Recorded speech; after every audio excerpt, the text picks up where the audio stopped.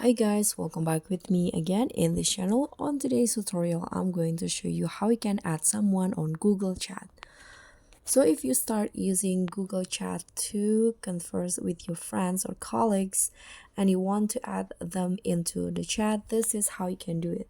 First, you can just open the Google Chats on the Gmail apps in here because Google Chat is integrated with the Gmail app, so you need to just open it on Gmail.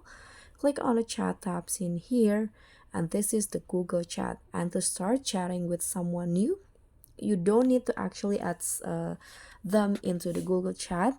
So as long as they have a Gmail account, you can just click on the plus icon and then just type in their email's name in here.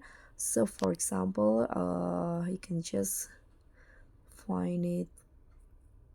Okay, this one for just email, just click on the emails, click on done at the top. Then you can directly start converse or chat with them in here, so you can just send them the message.